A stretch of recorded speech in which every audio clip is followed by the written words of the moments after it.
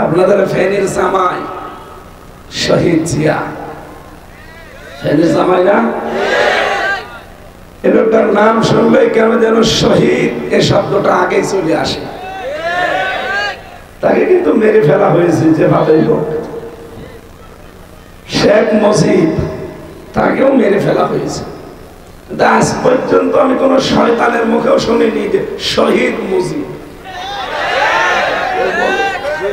বলে না। কেন পরশুরাম থানার অন্তর্গত সবার বাজার, পশ্চিম মির্জানগর, ডিএম সাহেবনগর তরুণ সমাজের উদ্যোগে তাফসীরুল কোরআন মাহফিল 12 বছর চলছে। কণ্ঠটা বসে গেছে, এমনি 4-5 দিন জ্বরে আছি, তো মুসাফির অবস্থায় আছি। আর আপনাদের কাছে একটু দোয়া চাচ্ছি, আল্লাহ যেন কণ্ঠ ছেড়ে দেন। ওয়াইদা মারিদু ফাহুয়া ইয়াশফি, আমি যখন অসুস্থ হই আমাকে শেফা দান করেন কে? ঔষধ চলছে, এদের তো আর ক্ষমতা নেই। আমরা তো আর অন্য জাতি না যে মাছের ভেতরে, গাছের ভেতরে, সাপের ভেতরে ক্ষমতা আছে আমরা বিশ্বাস করি। এমনকি মানুষের কোনো ক্ষমতা নেই, ক্ষমতার মালিককে। যারা এই বিশ্বাস করেন যে ক্ষমতার উৎস জনগণ, কিসের গল্প করে না? এখানে দাঁড়িয়ে না থেকে মূর্তির বসে বসা যায় না? কেন এত মূর্তি ভাঙা ফল দাঁড়িয়ে থাকে?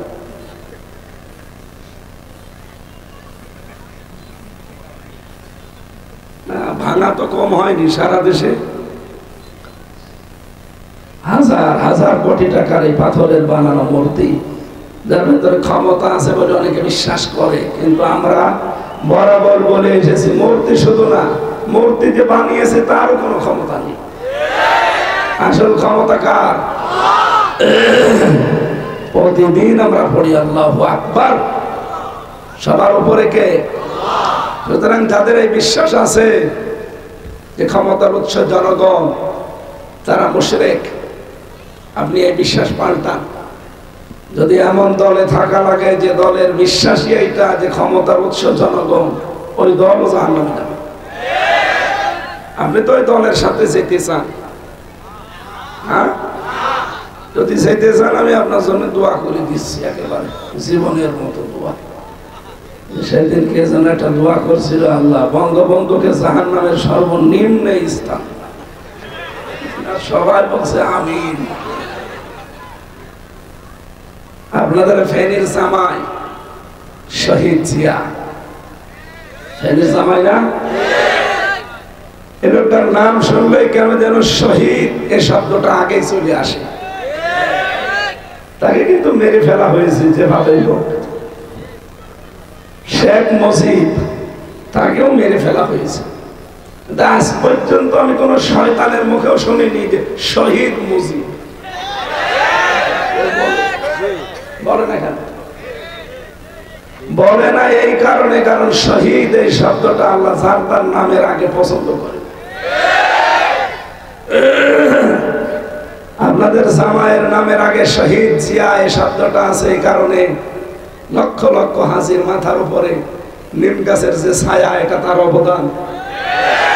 আমি নিজে আরাফাতের ময়দানের পাশে মসজিদে নামিরা, সেখানে কাবার ইমাম 16 সালে খুতবা দিচ্ছিল। শহীদ জিয়াউর রহমান, তার নাম ধরে তিনি আরবিতে দোয়া করছিলেন। বাংলা অর্থ এইটা আসে, হে আল্লাহ, আরাফাতে হাজিদের মাথার উপরে যিনি ছায়ার ব্যবস্থা করে দিলেন, তাকে তুমি কবরে ছায়া দিয়ে দাও।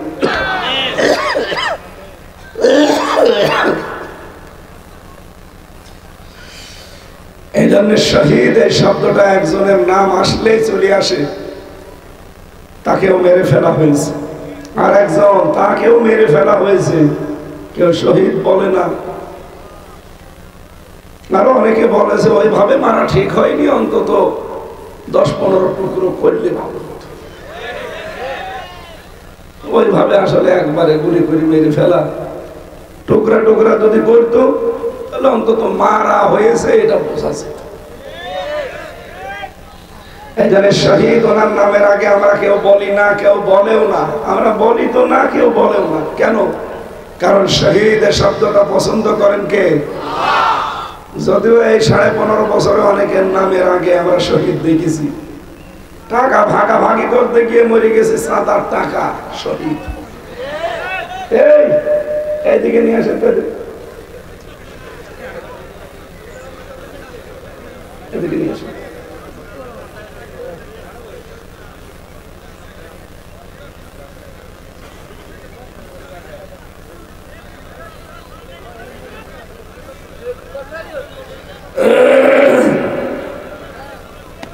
এখান থেকে যারা তোমরা জানতাম এখানে বসে না, চলে যান, তাড়াতাড়ি করবেন, এখানে থাকা যাবে।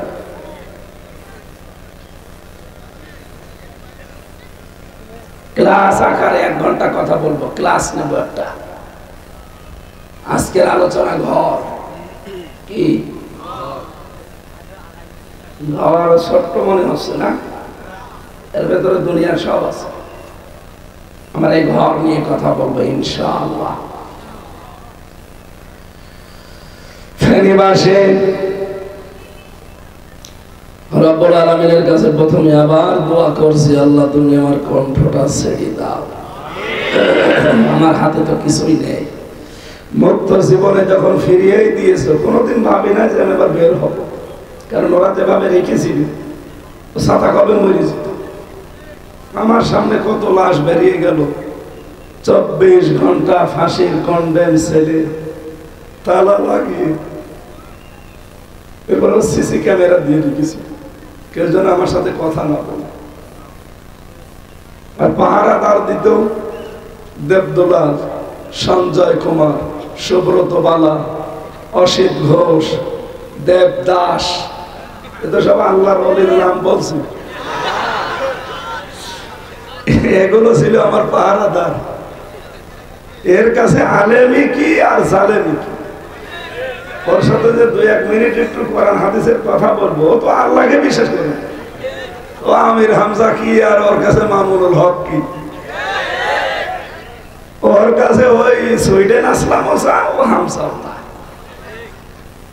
আর ওদেরকে কড়াকড়ি করার জন্য আরো বলে দিত, এর যেন যোগাযোগ বিচ্ছিন্ন থাকে। এই জন্য এইভাবেই ঢুকে ঢুকে শেষ হয়। এই জন্য আমার অবস্থা একেবারে খারাপ হয়ে গেছে। 3টা বছরে জীবন থেকে আমার মনে হয় 30 বছরের সাজা চলে গেছে।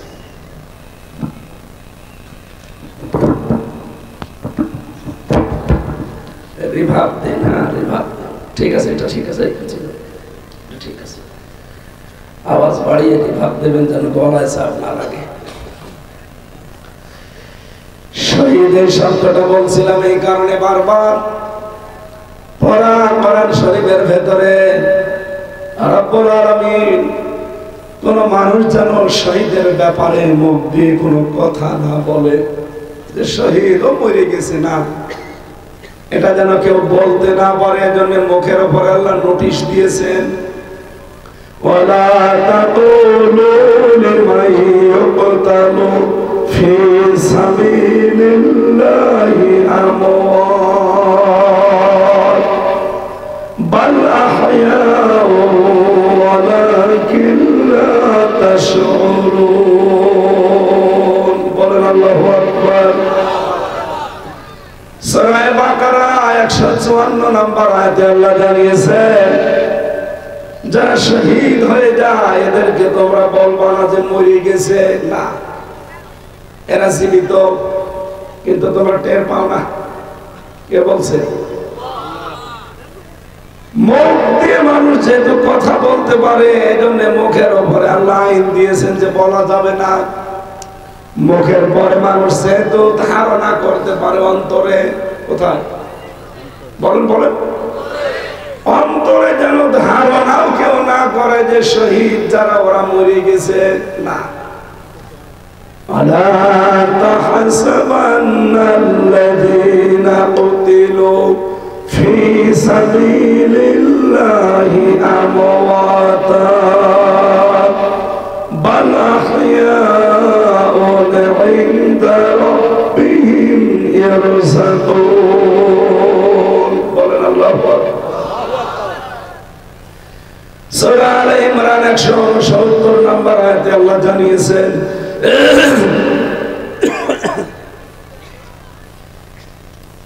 আল্লাহ পাক বলেন কেউ ধারণাও করবা না যারা শহীদ হয়ে গেছে এরা মরে গেছে এরা ধারণাও করা যাবে না বরং এরা জীবিত জিন্দা কিন্তু তোমরা টের পাও না এরা আমি আল্লাহর কাছে রিজিক পাই মানুষ ঘুমিয়ে থাকলে খাওয়া লাগে কথা বলেন না কেন বললাম না ক্লাস চলছে এটা জবাব দেবেন ছাত্রের মতো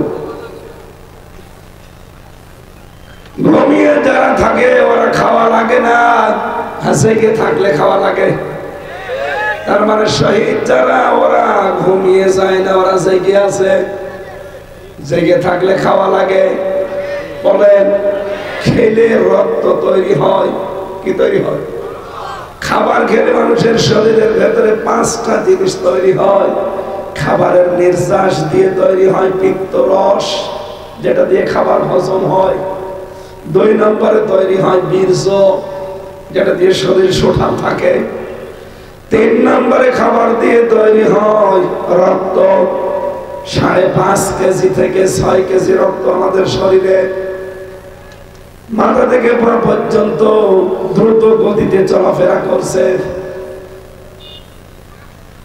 4 নম্বরে তৈরি হয় মল 5 নম্বরে তৈরি হয় প্রসাব যেটা কিডনিকে সেকে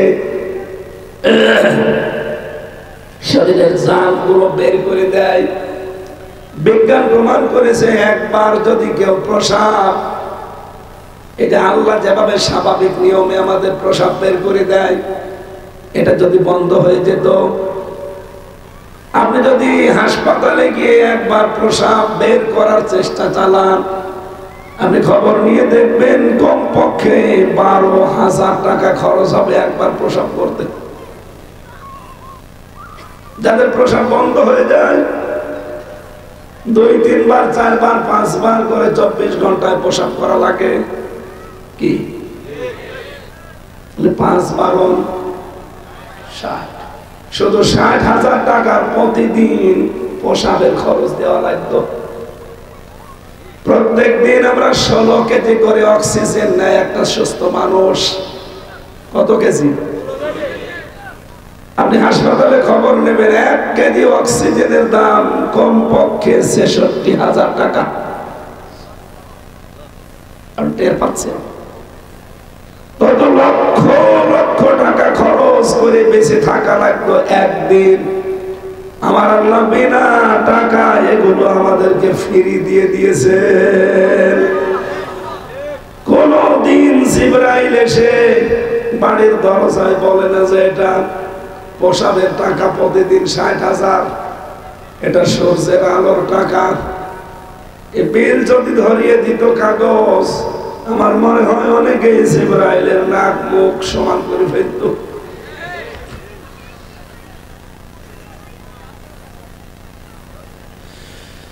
খাবার খেলে যে রক্ত তৈরি হচ্ছে শহীদ যারা এদের রক্ত যে তৈরি হয় এর প্রমাণ হযরতে হামজা রাদিয়াল্লাহু তাআলা আনহু তার ইন্তেকালের প্রায় 30 বছর পর তার কবর মদিনায় একবার ঢল হওয়ার কারণে ভেঙে গিয়েছিল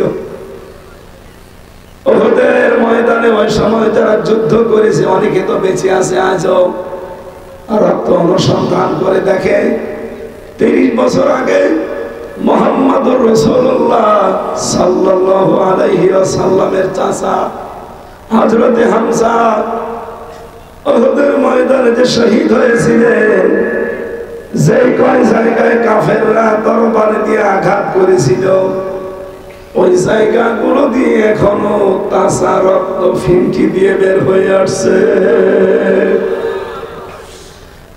ফেনীবাসী উনি যদি খাবার না খাবে 30 বছর পরে রক্ত আসলো কোত্থেকে কথা বলেন না কেন তার মানে শহীদ যারা হয় এরা মরে আপনাদের জামাই শহীদ জিয়া উনিও মরে নাই উনি শহীদ আমি এটা সারা বাংলাদেশে সবার মুখে শুনি, নাম বললে বলে শহীদ জিয়া, কিন্তু কত জায়গায় তো নাম হয় মুজিব, শহীদ মুজিব কেউ বলে।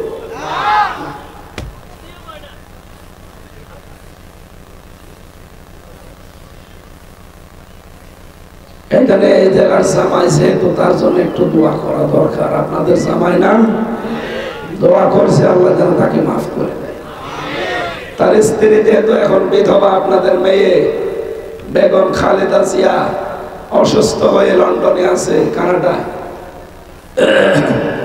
আল্লাহ রাব্বুল আলামিন তাকে সুস্থতা দান করেন। আরে ভাই, আপনাদের তো মেয়ে, দোয়া করেন না কেন? বলেন আমিন। একটা মাসলুম পরিবার, কিন্তু সেই পরিবারটাকে আজ অনেকে ব্যবহার করে এই 15.5 বছরে দাদা বাবুরা যে চুক্তিগুলো করেছিল, ইউনূস আসার কারণে যেহেতু ওগুলো সব বাতিল হয়ে যাচ্ছে, এই জালেমরা যা করেছে 1000 বছরও আর মুখ দেখানোর কায়দা ওদের নেই। এই জন্য দাদা বাবুরা সাথে মাতাল হলো, তাহলে ঠিক আছে, দেখছে যে ওদের দিয়ে তো আর হবে না। এখন নতুন করে এই মাসলুম দলটা শহীদ জিয়ার দ্বারা যেটা প্রতিষ্ঠিত, তার ভেতরে কিছু শয়তানকে হাত করেছে তারা। ওরা যেই ধাঁচে কথা বলতো 15.5 বছর, এই মাসলুম দলের ভেতরে কিছু ক্যান্সার প্রবেশ করে ওরা ঠিক ওই কায়দায় কথা বলছে। এরাও মনে হয় দেশকে আবার যদি ওদের পাতানো ফাঁদে পা দিয়ে আটক হয়ে যান, যে চুক্তিগুলো করেছিল দেশ বিরোধী, সবগুলো আবার চালু করে ফেলবে। আপনি বলছেন সে মহিলা তার স্বামী হারিয়েছে, ছেলে হারিয়েছে, আর একটা ছেলে বিদেশ, সব হারিয়ে ফেললো এই দলটার জন্য, জনগণের জন্য। আর আপনি সেই দলের সাইনবোর্ড লাগিয়ে এখন এই দলের শিকড় কেটে দেওয়া চিন্তা ভাবনায় আছে। আমার সাথে বহু মানুষ এই 3 বছর এই মাসলুম দলের লোক ছিল, 313টা মামলা নিয়ে কি জুলুম করেছে এই 15.5 বছরে জালেমা মহিলা। শুধু 47 আর 71 যারা অপরাধ করেছে তাদের শাস্তি দিলে হবে না, এই 53.5 বছরে যারা খুন, গুম, আয়নাঘর, ধর্ষণ এবং অবৈধ সম্পদ উপার্জনের সাথে জড়িত, তাদেরও বিচার করা লাগবে। আপনারা চান না? 53.5 বছরের বিচার চাই আমরা। যারা যে অপরাধ করেছে আমরা তাদেরই বিচার দেখতে চাই। তারা চান যে লিল্লাহি তাকবীর। দেখেন তো, হাত তোলেনি কে? দেখেন তো,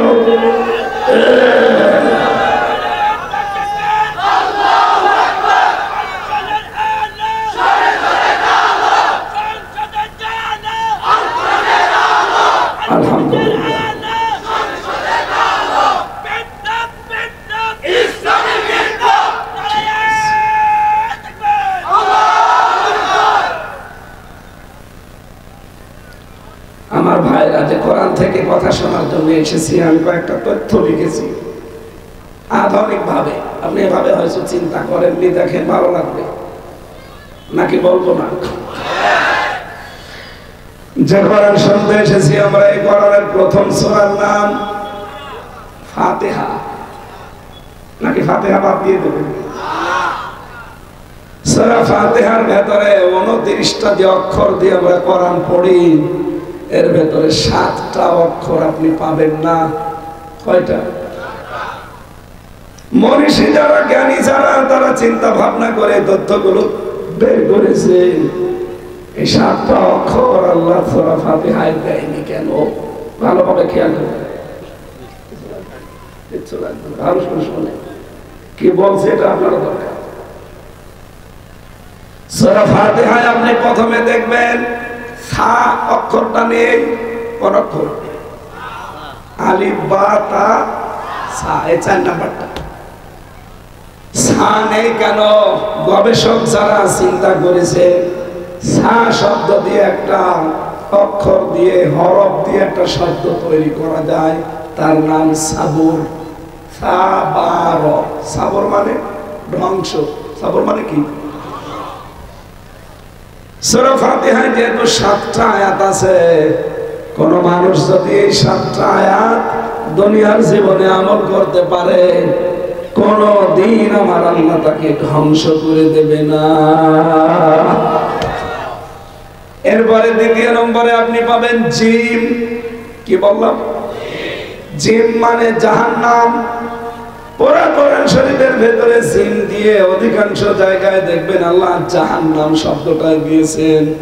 আর জাহান্নাম মানে জানি আমরা আগুন। জাহান্নাম মানে কি? সূরা ফাতিহায় আল্লাহ 7টা অক্ষর দিলেন না। জাহান্নামের আগুন আপনার জন্য সূরা ফাতিহার আমল করলে হারাম হয়ে যাবে। জিমের পরে আপনি পাবেন না সূরা ফাতিহায় খ। খ দিয়ে খপ্পারি, এর বাংলা অর্থ দাঁড়ায় ভব ঘুরিয়ে, লম্পট, কোন কাজ কাম নেই যার, জীবন উদ্দেশ্যবিহীন। রব্বুল আলামিন বলেন সূরা ফাতিহা যদি আমল করতে পারে কেউ, তাহলে আমার আল্লাহ তার জীবনটা উদ্দেশ্যহীন বানাবে না, একটা উদ্দেশ্য দিয়ে দেবে।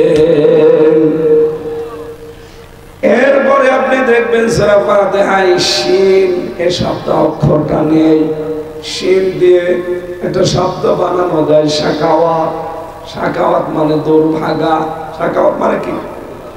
সূরা ফাতিহা যদি কেউ 7টি অক্ষর আয়াত আমল করতে পারে জীবনে, মহান আল্লাহ তাকে দুর্ভাগা বানাবে না।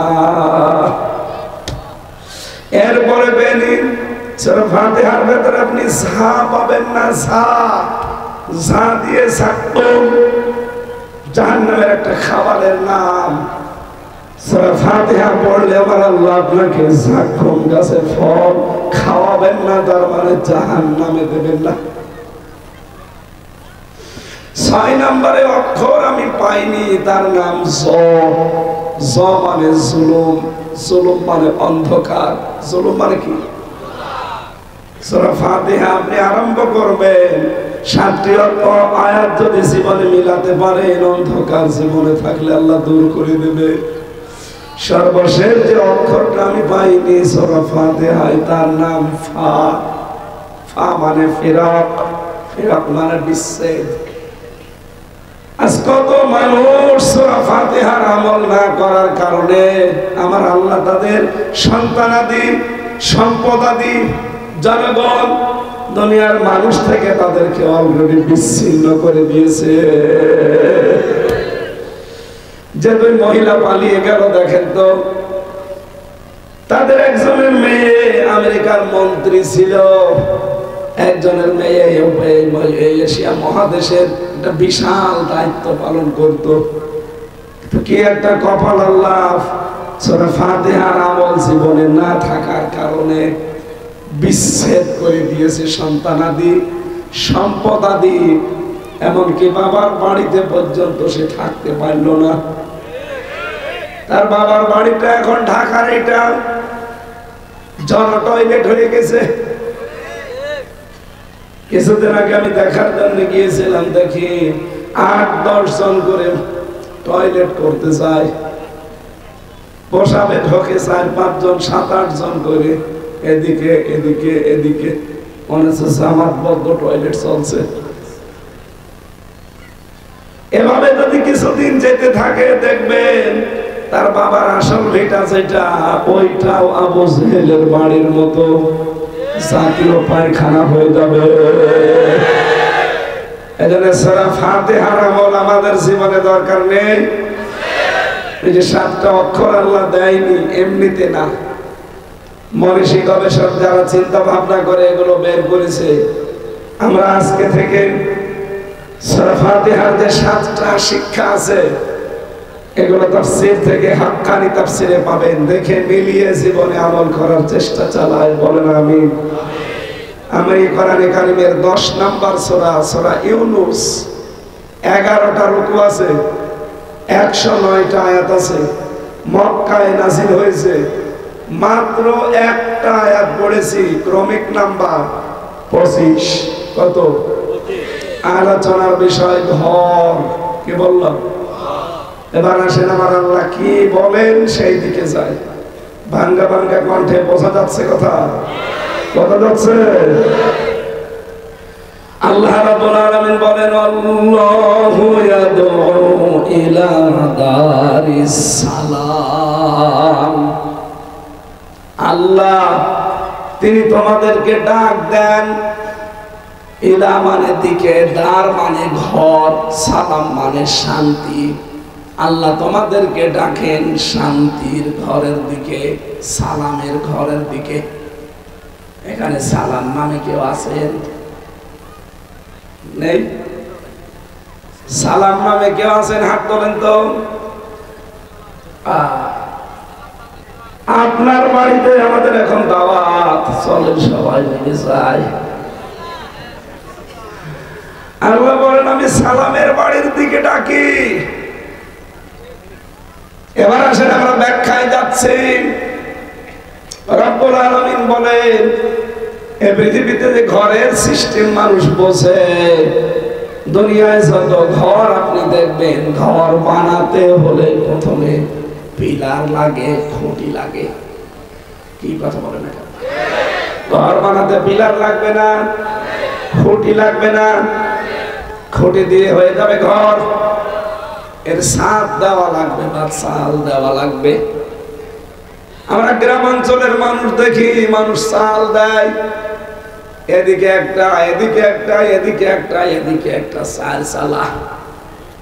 ঘর বানাতে হলে চাল লাগে কয়টা? চারটা। শুধু ঘরে খুঁটি আর চাল দিলেই ঘর হয়?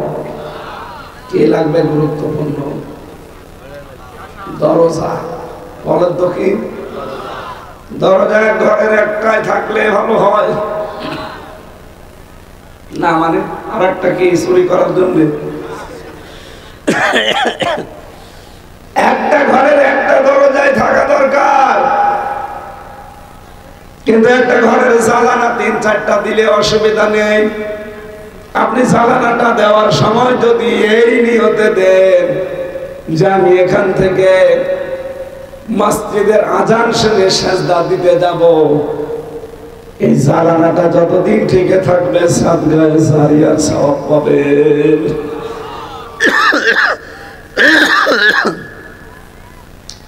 জ্বালানা দিয়ে যদিও শুধু মসজিদের আজান আসবে, মুয়াজ্জিনের দানা, বাতাস আসবে না, আলো আসবে না। কথা বলেন না কেন? আপনার নিয়তটা শুধু ভালো ছিল, এই কারণে যতদিনে ঘরটা টিকে আছে, এই ভালো নিয়তে জ্বালানা দেওয়ার কারণে আপনি সওয়াব পাবেন। অন্তত জ্বালানা তো দুইটা লাগে। আমি আমাদেরকে যে ঘরের কথা জানালেন, যে তোদেরকে আমি ঘরের দিকে ডাকছি, আল্লাহর ঘর আমি কোরআন থেকে এবার শোনাই। শব্দটা আল্লাহ দিয়েছেন দারিস সালাম, সালামের ঘর। কোরআনে আছে সিন জবর দিয়ে পড়লে হয় সালমন। সালমন মানে শান্তি, আর সিনের নিচে জের দিলে হয় সিলমন। সিলমন মানে ইসলাম। সিলমন মানে আল্লাহকে এখানে ইসলামের দিকে ডেকেছেন না ঘরের দিকে, শান্তির ঘরের দিকে। আল্লাহ পাক বলেন খুঁটি হিসাবে যদি আপনি ঘর তৈরি করতে চান, শান্তির ঘর, তাহলে এই খুঁটি হিসাবে প্রথমে দেওয়া লাগবে আপনাকে নামাজের খুঁটি। কিসে? 2 নম্বরে যাকাতের খুঁটি দেওয়া লাগবে। 3 নম্বরে রোজার খুঁটি দেওয়া লাগবে, রমজান। 4 নম্বরের খুঁটির নাম হচ্ছে হজ। এই 4টা খুঁটি দিয়ে যদি আপনি ঘরটাকে দাঁড় করাতে পারেন, খুঁটি দিলেই হবে না, এবার দেওয়াল দেওয়া লাগবে। কি দেওয়া লাগবে? দেওয়াল বা বেড়া দেওয়া লাগবে। এই ঘরটা যেন নিরাপদে বসবাস করা যায়। দেওয়াল না দিলে আপনি বাস করতে পারবেন না। কোন দামি জিনিস সেখানে আটক করে রাখলে থাকবে না। এজন্য দেওয়ালগুলো মজবুত, শক্ত। 1 নম্বরের দেওয়ালের নাম পেয়েছি আমি পরিবার নীতির দেওয়াল। 2 নম্বরের দেওয়ালের নাম পেয়েছি অর্থনীতির দেওয়াল। 3 নম্বরের দেওয়ালের নাম পেয়েছি সাংস্কৃতিক দেওয়াল। 4 নম্বরের দেওয়ালের নাম আমি বলতে পারলাম না, কারণ এটা অনেকে বিশ্বাস করে না। 4 নাম্বারটা কি বাদ দিয়ে দেবো? আপনি আবার রাগ করবেন না তো? ফেনী জেলা তো আমার ভয় লাগে।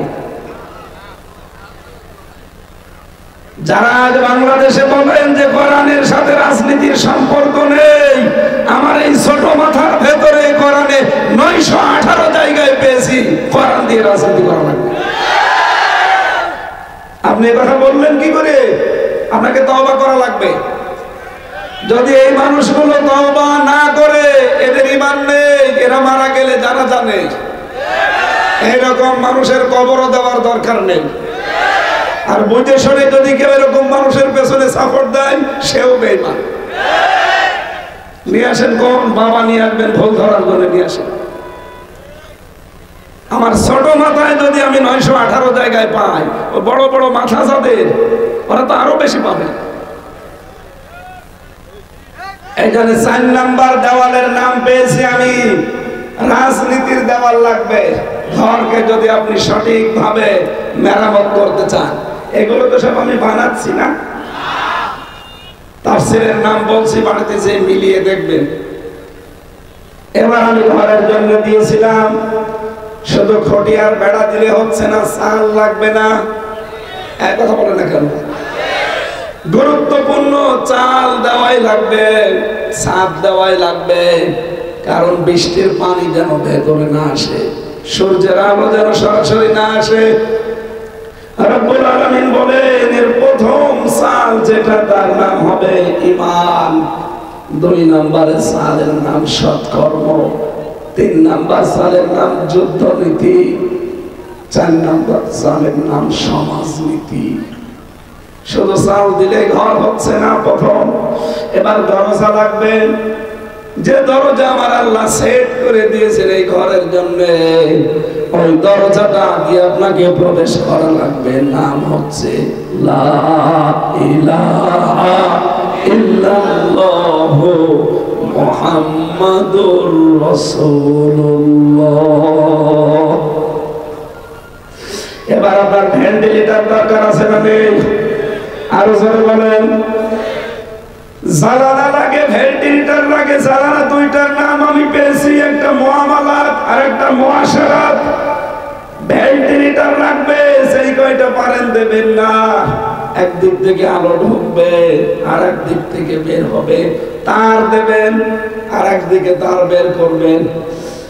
ডিশের তার অথবা যে ওয়াইফাই এর তার, কি লাগবে না এগুলো? আপনি ওয়াইফাই নেবেন, 500, 600, 1000 টাকা মাসে বিল দেওয়া লাগে। যদি এগুলো আপনি ইসলাম প্রচারে কাজে লাগান, জ্ঞান অর্জনে কাজে লাগান, 1000 টাকা আল্লাহর রাস্তায় দান করলে যে সওয়াব হয়, ওই সওয়াব হবে। আর ওয়াইফাই নিয়ে যদি শুধু শাপনুরের আর পরিমনির ছবি দেখেন, 1000 টাকা জাহান্নামের আগুনের জন্য যথেষ্ট হবে। ওয়াইফাই এরকম ব্যবহার উল্টাপাল্টা করে এরকম মানুষ নেই। এবার আমরা তাফসীরে যাই। বলেন তো, প্রথমে আল্লাহ আমাদের যে খুঁটি দিয়েছিলাম, এই খুঁটির নাম আমি বলেছি নামাজ। বলেন তো নাম কি? নামাজ যে খুঁটির নাম দিলাম, এটা এমনিতেই দেয়নি। নবীজি বলেন লা সালাতা লিমান লা, যে লোকটার কাছে নামাজ নেই তার কাছে ঈমান নেই। আজ বাংলাদেশে বহু দরবার থেকে আমরা দেখি নামাজের কোনো বাধাই নেই, শুধু বানানো জিকির করে। এটা চট্টগ্রাম বিভাগে, জেলায় তো এই বিভাগে আরো বেশি। আজকে থেকে প্রমাণ পেয়েছেন, আল্লাহ যে ঘরের কথা বললেন শান্তির ঘর, তার মানে এটা জান্নাত। এই ঘরে প্রবেশ করতে হলে মাস্ট বি নামাজ লাগবে। কথা বলেন না কেন?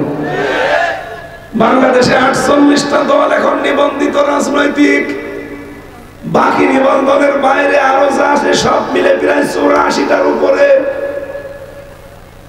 এই যতগুলো দলের কথা বলছি, আপনি খোঁজ খবর নিয়ে দেখবেন এই দেশে নামাজ 5 ওয়াক্ত পড়লে রিপোর্ট করে লিখে রাখা লাগে শুধু একটা দলে আমি পেয়েছি। এতগুলো দল আছে, কোন জায়গায় লিখা রাখবে না কেন? এটা গুরুত্বপূর্ণ একটা বিধান। কারণ কি? তাদের যে লিখে রাখা লাগে, কারণ কি? নবীজি জানিয়েছেন আউয়ালু মা ইউহাসাবু বিহিল আবদু ইয়াউমাল কিয়ামাতিস সালাহ। কিয়ামতের দিন সর্বপ্রথম আল্লাহ বান্দাকে জিজ্ঞাসা করবে যে নামাজ পড়েছিস কিনা বল। অফেরিবাসী যাই করেন না কেন ফরজ নামাজটা যেন ছেড়ে দেবেন না, তাহলে আল্লাহ বলেন আমি তার নিজে দায়িত্বটা ছেড়ে দেই। এই জন্য আমরা এমন একটা দল করব সেই দলে নামাজের গুরুত্ব আছে। এক কথা বলেন না কেন?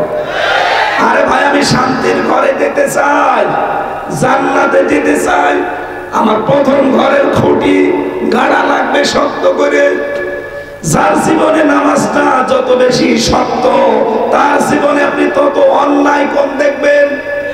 প্রশ্ন আসতে পারে কত নামাজি মানুষ তো দুর্নীতি করে, মানুষের সম্পদ মেরে খায়, খায়, কিন্তু নামাজ যে লোকটা পড়ে চুরিও করে, নামাজ পড়ে, সালমান এফ রহমানে দরবেশের মতো চুরি করে, ওটা নামাজ না। ইন্নাস সালাতা তানহা আনিল ফাহশাই ওয়াল মুনকার। অবশ্যই নামাজ মানুষকে অন্যায় অশ্লীল থেকে বিরত রাখবে। শুধু রাখবে না, রাখবে। এ কথা কার বলেন? আল্লাহ যদি গ্যারান্টি দেয়, আমাদের মতো 2 নাম্বার মানুষ যে বললাম সকালে এক কথা বিকালে বলছে না, আমি তো বলিনি। আল্লাহ বলেন আমি গ্যারান্টি দিয়েছি ইন্না দিয়ে। সত্যিই যদি নামাজ আপনি পড়তে পারেন, নামাজে যে শিক্ষাগুলো আপনাকে দিতে চাই ওগুলো যদি নিতে পারেন, আমিও গ্যারান্টি দিলাম মাস্ট বি নামাজ আপনাকে খারাপ কাজ থেকে বিরত রাখবে। যদি না রাখতে পারে, আপনি মনে করবেন যে আপনার নামাজ হচ্ছে না। আপনি যদি সাবান দিয়ে পোশাক পরিষ্কার করেন, সাবান যদি সাবান হয়, কাঠ না হয়, সাবান যদি সত্যি সাবান হয়, আর পোশাকে যদি ময়লা থাকে, মাস্ট বি ওটা পরিষ্কার হবে। পোশাক ঠিক আছে, সাবানও ঠিক আছে, কিন্তু সাবান কয়লার, কিসের? কয়লা মার্কা সাবান দিয়ে যতই আপনি ঘষাঘষি করেন না কেন, পবিত্র তো হবেই না, পরিষ্কার হবেই না, আরো ময়লা যা ছিল বাড়বে। এই জন্য আমাদের নামাজের ভেতরে 27টা শিক্ষা আল্লাহ দিতে চেয়েছেন। এগুলো যদি আমরা সত্যি নিতে পারতাম, বাংলাদেশে আমরা 96% মুসলমান। ওরে ভাই, কিছু লাগবে না, শুধু নামাজই যথেষ্ট। কিন্তু না, সাহাবা একরাম এই নামাজের দ্বারা কোথায় পৌঁছিয়েছিলেন? তারা হযরতে আব্দুল্লাহ আনসারী তার জীবনী পড়লাম। তিনি নবীজির মুখে শুনেছিলেন যে জামাতের সহিত নামাজ পড়লে 27 গুণ সওয়াব বেশি হয়। বাড়ি থেকে তিনি চলে গেলেন মসজিদে। নামাজ পড়ার পরে হযরতে ওমর দেখে নামাজে আসে সবার শেষে, আবার চলে যায় সালাম ফিরানো হয়ে গেলে। নবীজির কাছে একজন নালিশ দিয়ে বলে, হে রাসূল, আপনারে আব্দুল্লাহ আনসারী এই সাহাবীটা মুনাফিক হয়ে গেছে। কারণ আপনি বলেছিলেন মুনাফিকের সিমটম, মুনাফিকের চরিত্র হচ্ছে ও মসজিদে আসবে সবার শেষে আর বের হয়ে যাবে সবার আগে। নবীজি বললেন ঠিক আছে, চলো দেখি। বড় বড় 4 জন সাহাবীকে নিয়ে তিনি গেলেন। সাথে আছে হযরতে ওমর, হযরতে ওসমান, হযরতে আলী আর আব্দুর রহমান বিন আউফ। এর ভেতরে 3 জন ধনী আর একজন গরিব নিয়ে গেলেন। বাড়ির বাইরে দাঁড়িয়ে সালাম দিলেন, আসসালামু আলাইকুম ইয়া আহলাল বাইত। বাড়ির ভেতর থেকে কোনো আওয়াজ আসে না। 3 বার সালাম দেওয়ার পরে হযরতে আব্দুল্লাহ বের হয়ে আসলেন কাঁপতে কাঁপতে, একটা পোশাক পরিধান করে। জিজ্ঞাসা করলেন, তুমি এত দেরি করলে কেন? তুমি তো জানো আমি নবী যদি নারাজ হয়ে যায় আল্লাহ নারাজ হয়ে যাবে। সাহাবী বলেন, হে রাসূল, কেন আমার দেরি হয়েছে এবার শোনেন। আমরা স্বামী স্ত্রী নামাজ আদায় করি, নামাজ পড়ার মতো পোশাক একটাই আছে, অন্যান্য পোশাক আছে সেগুলো দিয়ে নামাজ পড়ার মতো না। কারণ নামাজ পড়তে হলে কি ঢাকা লাগে? সতর। বলেন বলেন, সতর ঢেকে নামাজ পড়ার মতো পোশাক ওই একটাই, বাকি পোশাকগুলো দিয়ে নামাজ পড়া যায় না। আমি যেহেতু পুরুষ মানুষ মসজিদে যেতে পারি, 27 গুণ সওয়াব পাওয়ার জন্য আমি চলে যাই। নামাজ শেষ করে চিন্তা করি আমার উপরে নামাজ ফরজ না, আমার বর উপরেও ফরজ। তাড়াতাড়ি করে চলে আসি সালাম ফিরিয়ে, ওই যে ছোটখাটো পোশাক গুলো তালি দেওয়া যেগুলো আছে ওইগুলো পরে ওই ঘরের কোনে একটা গর্ত রাখা, ওখানে আমি বসে পড়ি। আমার স্ত্রী ওখান থেকে উঠে এই ভালো পোশাকটা পরে নামাজে দাঁড়ায়। আপনি যখন আজকে এসেছিলেন আমি তিনবার ডাক শুনেছি, কিন্তু আমার বেবি নামাজে ছিল, আল্লাহর সাথে সে কথোপকথন করছে। এমন সময় আপনি ডাক দিলেন, আমি আসবো কি করে, পরে আমি নামাজ ভাঙতে বলবো কি করে? আমি পারি না, প্রথমে পারলাম না, দ্বিতীয়বার ডাক দিলেন তখন ওর নামাজ চলছিল, তৃতীয়বার যখন ডাক দিয়েছেন দেখি ও সালাম ফিরিয়ে ফেলেছে। তাড়াতাড়ি করে হাত ধরে গর্তের ভেতরে দিয়ে ওই পোশাকটা পরে আমি আপনার সামনে হাজির হয়ে গেছি। কিয়ামতে সাহাবী যদি আল্লাহর সামনে দাঁড়ায়, আপনিও দাঁড়াবেন, বিবেকের কাছে প্রশ্ন করেন তো আপনার অবস্থা কোথায়? আপনি কি দোহাই দেবেন যে নামাজ পড়তে পারি না আমার পোশাকের কারণে? আপনার পোশাকের অভাব আছে।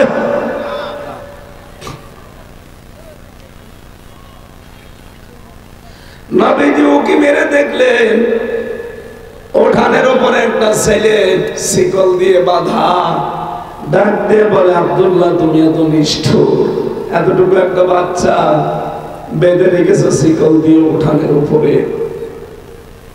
সাহাবী বলে, হে রাসূল আপনি আমাকে নিষ্ঠুর বলতে পারেন না, ওই যে বাঁকা খেজুর গাছটা ওটা কিন্তু ইহুদির বাগানের, বাঁকা হয়ে চলে এসেছে আমার উঠানের উপরে।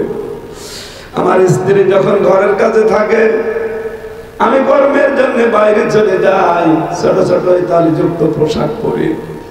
আমার এই ছোট বাচ্চাটা ইহুদির বাগানের পাকা পাকা খেজুর যদি আমার উঠানে পড়ে, ও যদি খেয়ে ফেলে, আপনার মুখে আমি শুনেছি লা ইয়াদখুলুল জান্নাতা জাসাদুন গুজিয়া বিল হারাম, ওই শরীরটা জান্নাতে যাচ্ছে না, যাবে না যে শরীরের রক্ত মাংস গোশত হারাম দিয়ে লালিত পালিত। আমি মুসলমান দাবি করি, আমার ছেলে হারাম জিনিস খেয়ে তার শরীর হুষ্ট করবে, ও জান্নাতে তো যেতে পারবে না। আজ বাংলাদেশে আমরা যারা বাবা আছি, এই মানুষগুলো যদি এই সেন্স নিয়ে সন্তানাদিকে মানুষ করতাম, আল্লাহর কসম ছেলে মেয়ের জন্য সাহেব পাড়া বেগম পাড়া বানানো লাগতো না। সব এখন বাইরে চলে গেছে পালিয়ে। কালকে একজনের টকশো শুনছিলাম যে সাতার বাংলাদেশে আমার যাওয়াই লাগবে না, যা আমার আছে এখানে আমার 14 বংশ বসে খেতে পারবে। কি করেছেন আপনি এখান থেকে? আমার কুষ্টিয়ার হানিফ কানাডায় আগে ওর বউ ছেলে মেয়ে পাঠিয়ে দিয়েছিল, কত কিছু যে পাঠিয়েছে। এখন যদিও 100 বছর হায়াত পায়, 100 বছর যদি দেশে না আসে ওর কোনো অসুবিধা নেই, সব ওর তৈরি করা হয়ে গেছে। কিন্তু আফসোস এই জনগণের সম্পদ গুলো আত্মসাৎ করে এই হারাম সম্পদ দিয়ে যতদিন শরীর লালিত পালিত করবে, ওটা জাহান্নামের আগুনের জন্য যথেষ্ট হবে। মেয়েরা যারা এসেছেন, আপনার স্বামী যদি অবৈধ কোনো কাজ করে আপনি জানেন, আজকেই তাকে বলবেন, দেখো তুমি অবৈধভাবে ইনকাম করে যদি বাড়ি আসো, এই টাকা পয়সা দিয়ে হয়তো আমি রান্না করে তোমাকে খাওয়ালাম, তৃপ্তি সহকারে দুইজন খেয়ে যদি সন্তানাদি পেটে আসে, তাহলে ওই জন্মগত ভাবে ওই সন্তানটা হবে হারামখোর। বলেন বলেন, জন্মগত ভাবে সন্তানটা কি হবে? আর আমি কোনো হারামখোর সন্তান পেটে রাখতে চাই না। আর যদি জন্মই হারামখোর হয়ে আসে, বড় হলে তো বড় হারামখোর হবে। একটা সন্তান পেটে নিয়ে দুনিয়ায় মুখ দেখাতে মায়ের 57 ইউনিট কষ্ট সহ্য করা লাগে। বিজ্ঞান জানিয়েছে একটা পুরুষ মানুষ সর্বোচ্চ 45 ইউনিট কষ্ট সহ্য করতে পারে, এর বেশি দিলে সে লোকটা মরে যায়। অথচ মা আমার জন্য 57 ইউনিট কষ্ট সহ্য করেছে। এজন্য মা বোন যারা এসেছেন বিভিন্ন জায়গায় বসে আছেন, আপনার স্বামীকে কড়া বার্তা দেবেন না।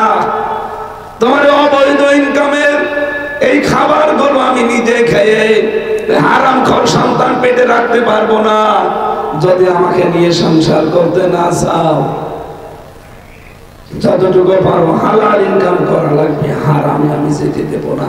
আমার মনে হয় মেয়েরা যদি শক্ত হয়, অনেক স্বামী কিন্তু রাস্তায় চলে আসবে। বলেন বলেন, স্বামী বলেন, হে রাসূল, আমি মুসলমান দাবি করি, আর আমার সন্তান মানুষের জিনিস না বলে খেয়ে ফেলবে, আমি হতে দেব না। এখানে বাইরে যখনই থাকে তখন চেন বেঁধে রেখে যায়, খেজুর গুলো পড়ে ওদিকে ডাক দিয়ে আমি পরের দিন খেজুর গুলো পৌঁছিয়ে দেয়। বাংলাদেশে নামাজটা যদি থাকতো, রাষ্ট্রীয় ভাবে অন্তত নামাজটা যদি কায়েম হয়ে যেত, আর এরকম মানুষ আমরা যদি তৈরি হতে পারতাম, এদিককার টাকা জীবন এদিকে যেত না। কথা বলেন না কেন? কিচ্ছু লাগতো না, শুধু এই খুঁটিটাই আপনাকে শান্তির নিবাস তৈরি করে দিত। কিন্তু আমরা পারছি না। এই জন্য এখন আমরা বাংলাদেশের মুসলমানেরা এক দফা নিয়েছি, এই কোরআন বুকের ভেতরে নিয়ে যারা সংসদে যেতে পারবে আমরা তাদের পক্ষে আছি। এটা যদি আপনার কাছে রাজনীতি মনে হয়, হ্যাঁ এটা আমার রাজনীতি। এটা যদি আপনার কাছে ধর্ম ব্যবসা মনে হয়, হ্যাঁ এটা আমার ধর্ম ব্যবসা। কারণ আমি চাই রাষ্ট্রীয় ভাবে নামাজ এই দেশে কায়েম হোক। আর কোরআনওয়ালা লোক বাদ দিয়ে আপনি যাকেই পাঠাবেন সে লোকটা জীবনেও সংসদে প্রথম দিন নামাজের বিলের কথা বলবে না। আমি যদি কিয়ামত পর্যন্ত হায়াত পাই, কিয়ামত পর্যন্ত নামাজের ওয়াজ করি, এই দেশে নামাজ কায়েম হওয়া সম্ভব না। নামাজ কায়েম হওয়া সম্ভব যদি বাংলার সংসদে 151 জন মানুষ কোরআন বুকে নিয়ে যেতে পারে।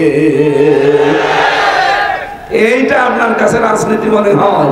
আর আপনি কোরআন বাদ দিয়ে চলে যে এই দরবেশের মতো 32-36 হাজার কোটি টাকা মারিং কাটিং করবেন, ওইটা রাজনীতি না? ওইটা তো বড় দুর্নীতি। এই জন্য বাংলাদেশে যাদের কর্মজীবন নেই, শুধু রাজনীতি, এর পেছনে থাকলে আপনি ডুবে মরবেন। কারণ জীবনও কিছু করবে না দুর্নীতি ছাড়া, কারণ ওইটাই তার আসল নীতি। যাদের কর্মজীবন আছে আলাদা, আর রাজনীতিকে ইবাদত হিসাবে মনে করে জনগণকে দায়িত্ব পালন করার জন্য যারা করে, এই মানুষগুলোর পেছনে থাকা আপনার জন্য ফরজ। জানি আপনার মন আমি পাবো না, আমার আপনার মন পাওয়ার দরকার নেই, আমি সঠিকটা বলছি। সারা বাংলাদেশে একই অবস্থা, যাদের কোনো কাজ নেই, শুধু রাজনীতি তার পেশা, ওইটা কিছুদিন পরে দুর্নীতিতে পরিণত হবে। আর যাদের আলাদা কর্মজীবন আছে, রাজনীতিকে জনগণের সেবা হিসাবে, আল্লাহর হুকুম হিসাবে বেছে নিয়েছে। কারণ ঘরের যে দেওয়াল লাগবে, একটা দেওয়ালের নাম কি? রাজনীতি। এ বলেন না কেন? দেওয়াল যদি না থাকে, 3 দিকে দেওয়াল আছে, একদিকে নেই, চোর থেকে বাঁচাতে পারবে? বলেন বলেন। এই জন্য এই দেওয়ালটা আমরা ঠিক করতে চাই। রাষ্ট্রীয় ভাবে নামাজ কায়েম হয়ে গেলে তখন আর আপনাকে নামাজের ওয়াজ করা লাগবে না। আপনার বাপ পড়বে, নামাজ পড়বেন না মানে? আফগানিস্তানে যান, নামাজ না পড়ে আপনি থাকতে পারবেন? সবচাইতে বড় বিষয় আপনার আখিরাতের চিন্তা তৈরি না হলে এই ওয়াজ কেন জিবরাইল ফেরেশতা এসে ওয়াজ করলো আপনার ভালো লাগবে না। এজন্য আমাদের দরকার আখিরাত ভিত্তিক জীবন তৈরি করার জন্য আল্লাহ যে জান্নাতের বিশাল ঘর, এই ঘরের দিকে আমাদেরকে ডাকতেছে। এই শান্তির ঘর পাওয়ার জন্য নামাজ মাস্ট বি লাগবে। নবীজি কাঁদছিলেন,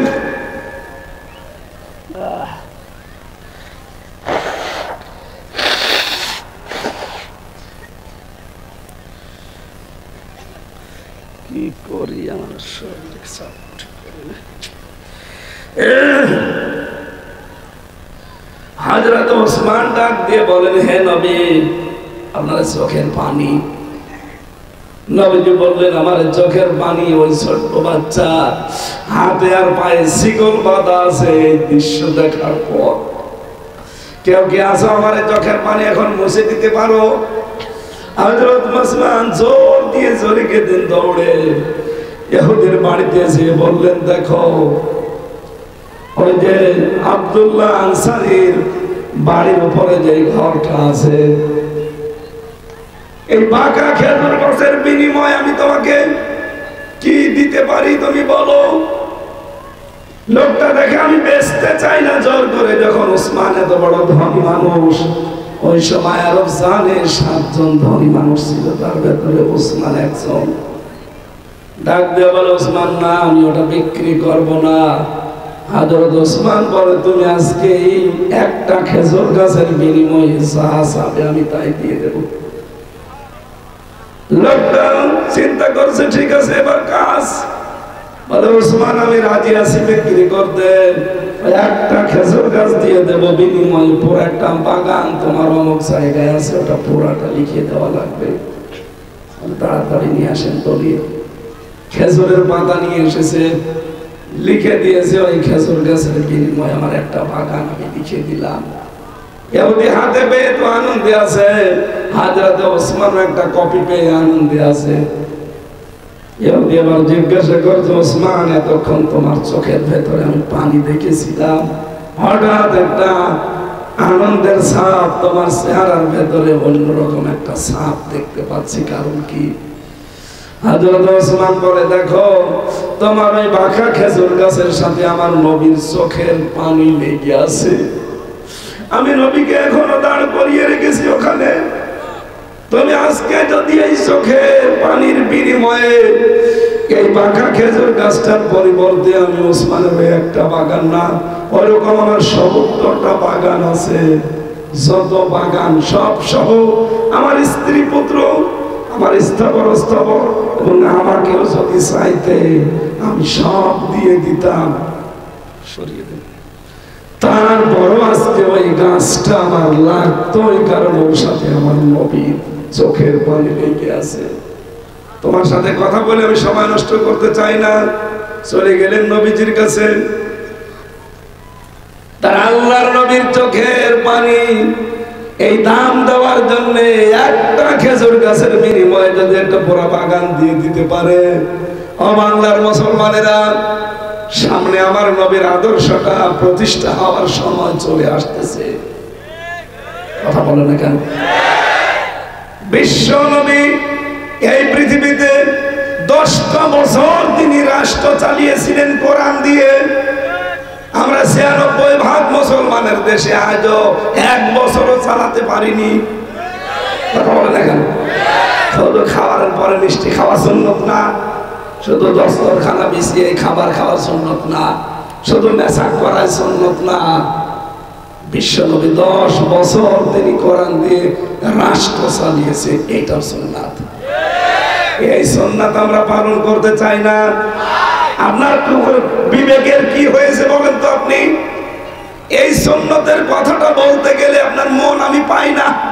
আপনি তখন উল্টা পাল্টা ধারণা করেন। কি হয়েছে আপনাকে বলা লাগবে? আপনার বিবেকের উপরে কে কুকুরে পোশাক পরিয়েছে বলেন? আমার কোন লাভ আছে আপনি জাহান্নামে গেলে জান্নাতে গেলে? আল্লাহর কসম আমি আপনাকে বাঁচাতে চাই। আরে ভাই, সাপের কাহিনী মাছের কাহিনী আমারও জানা আছে। আপনি নিয়ে এসেছেন কুষ্টিয়া থেকে, আমি 2 ঘন্টা 2.5 ঘন্টা শুধু সাপের কাহিনী বলে আল্লাহুম্মা আমিন বলে চলে যেতে পারতাম, কিন্তু না, আমি দেখতে পাচ্ছি কোরআনের চোখ লাগিয়ে আপনি জাহান্নামে যাচ্ছেন।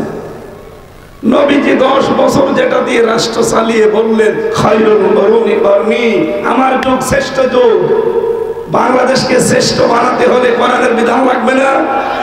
সেই কথাটা বুঝতে চান না কোন কারণে? কে আপনাকে বাধা দিচ্ছে?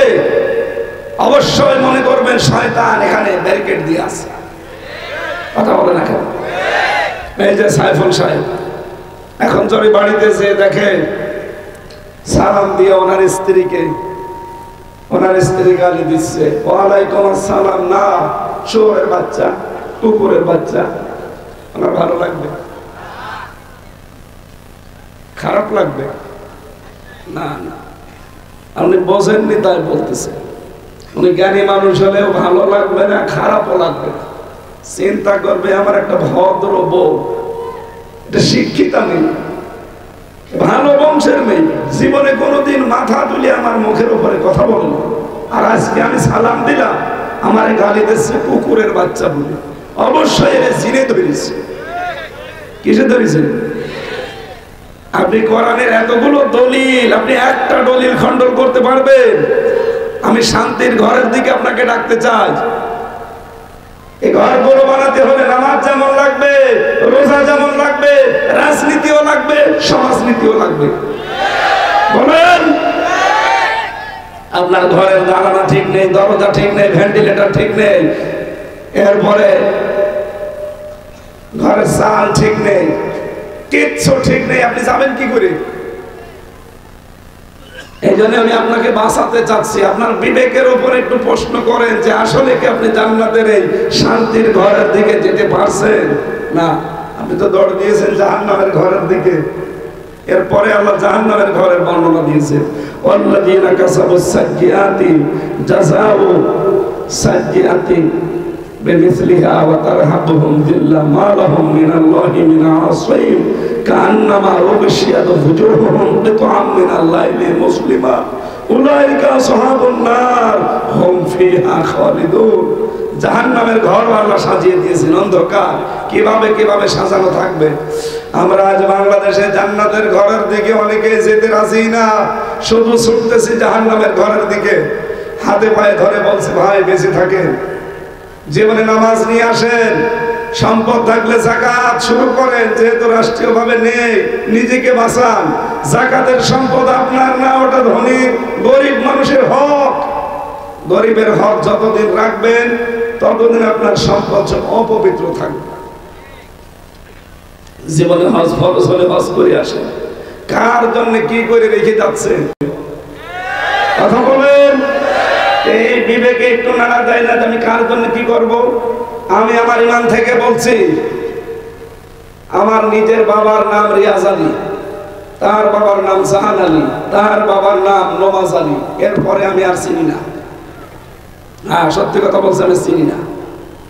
এখন যদি নওয়াজ আলীর বাবা কে ছিল যেহেতু জানি না, এই লোকটা যদি এখন কুষ্টিয়া এসে বলে যে এই 2 তলা বাড়ি আমার, এই ভিটা আমি কিনেছিলাম, আমি এখানে থাকতে চাই, ওর দাঁত মুখ রাখবো না খুলে ফেলবো? দেখলেন? অথচ এই ভিটা কিন্তু তার। এই 2 তলা বাড়িও সেই বানিয়েছিল। মাত্র 61 বছর আগে লোকটা মরে গেছে। তারে আমি আমার বাড়িতে আজ ঢুকতে দিতে রাজি না। এই হচ্ছে দুনিয়া। আমাদের আসল ঘর যেটা পড়ে আছে, যেখান থেকে এসেছিলাম ওই ঘরে আবার ফেরত যাওয়া লাগবে। আল্লাহ রাব্বুল আলামিন ওই ঘরে ফেরত যাওয়ার জন্য আয়াতের শেষে দিয়েছেন ওয়াহদি, না যাকে তাকে এখানে আমি যেতে দেব না, পথ দেখাবো না। ওয়াহদি, তিনি পথ দেখান মাইয়াশা, যাকে ইচ্ছা, ইলা সিরাতিল মুস্তাকিম, এই সহজ সরল পথটা। পৃথিবীতে যত বাঁকা পথ আছে সব শয়তানের তৈরি করা। একটা সহজ সরল পথ আছে, সেটা কার বানানো? যেটা প্রতিদিন নামাজে আমরা কমপক্ষে 17 বার করে চাই, ইহদিনাস সিরাতাল, হে আল্লাহ আমাকে সহজ সরল পথে চালাও। আল্লাহ রাব্বুল আলামিন এই পথের বর্ণনা দিয়ে একটা নিয়ামতের কথা জানিয়েছে, লিল্লাযিনা আহসানুল হুসনা ওয়া জিয়াদা, তাদের জন্য সর্বোত্তম ঘর এবং তার চাইতেও বেশি। এই যে জিয়াদাতুন, এই যে তায়ের উপরে দুইটা সুকুন আছে, ওয়ালা ইয়ারহাকু ফুজুরহাহুম কাদারু ওয়ালা দিল্লা, এই মানুষগুলো কোনদিন প্রতীত হবে না তার হাতুহুম ওয়াজিল্লা। কাতারা শব্দের শাব্দিক অর্থ হচ্ছে আল কাতরা। আল কাতরা কি সাদা হয় না কালো হয়? আল্লাহ বলেন ওদের মুখমণ্ডল কোনোদিন কালো হবে না, আর লাঞ্ছনা গঞ্চনা তাদের চেহারার উপরে কোনোদিন আর আসবে না। আমি আল্লাহ তাকে সত্যি পথের দিশা দিয়ে দেব। এই সহজ সরল পথের দিকে যারা চলতে পারবে, উলাইকা আসহাবুল জান্নাহ হুম ফিহা খালিদুন, এরা আমার জান্নাতের অধিবাসী, চিরকাল সেখানে থাকবে, কোনদিন আল্লাহ তাদেরকে বের করবে না। আজকে আমরা যে জান্নাতের শান্তির ঘরের দিকে আহ্বান জানাচ্ছি, আমার কণ্ঠ আর শরীর সাপোর্ট একটাও করছে না, এ জোর দিয়ে কথা বলতে পারছি না, কষ্ট হয়ে যাচ্ছে। আজকের মতো আমি ক্ষমা চেয়ে নিচ্ছি। আমার 8টা বই লেখা ছিল জেলখানায় বসে বসে, তার ভেতরে 3টা পাবলিশড হয়েছে। মেয়েদের জন্য একটা, ছেলেদের জন্য একটা, আর আমল সংক্রান্ত একটা। কোন কাজ করলে কোন জান্নাতে যাবেন, কোন কাজ করলে কোন জাহান্নামে যাবেন, এগুলো গাড়ি থেকে পারলে আপনারা নিয়ে যান, যে পড়বেন। আল্লাহুম্মা আমিন। লা ইলাহা ইল্লা আনতা সুবহানাক ইন্নী কুনতু মিনাজ জালিমিন। রব্বুল আলামিন, ফেনী জেলার পশুরা, মির্জানগর, তোমার বান্দারা কোরআনে কারিমের আয়োজনে যারা আঞ্জাম দিয়েছে, আজ 8-9 দিন হয়ে গেল আমার শরীরটা অসুস্থ। শেফা দেওয়ার মালিক তুমি আল্লাহ, বারবার বলছি আমার শেফাই কামেলা ছেড়ে দাও। আজকে আমার হাসপাতালে থাকার কথা, কিন্তু এই কমিটির জোরাজোরিতে জোর করি হলো এখন আশা লাগছে। কথা তো মন মতো সাজিয়ে বলতেও পারছি না, শরীর কণ্ঠ একটাও সাপোর্ট করে না।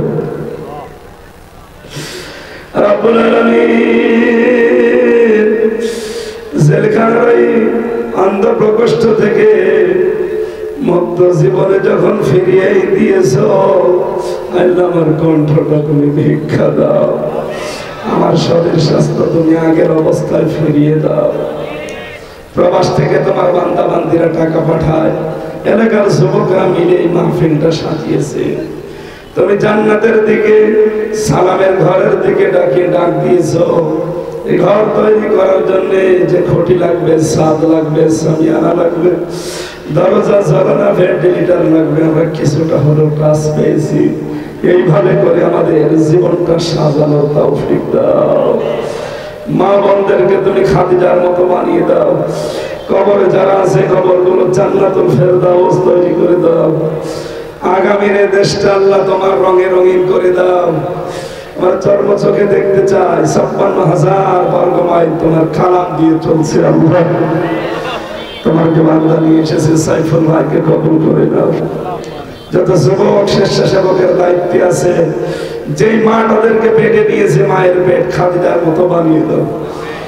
যারা হালাল রুজির জন্য পরদেশে আছে, এই প্রবাস জীবনে তাদের বরকত দাও। সহি সালামতে আবার মায়ের সন্তান মায়ের করে ফিরিয়ে দাও। আগামীতে এই মাহফিলটা আরো বড় করে কবুল করে দিও।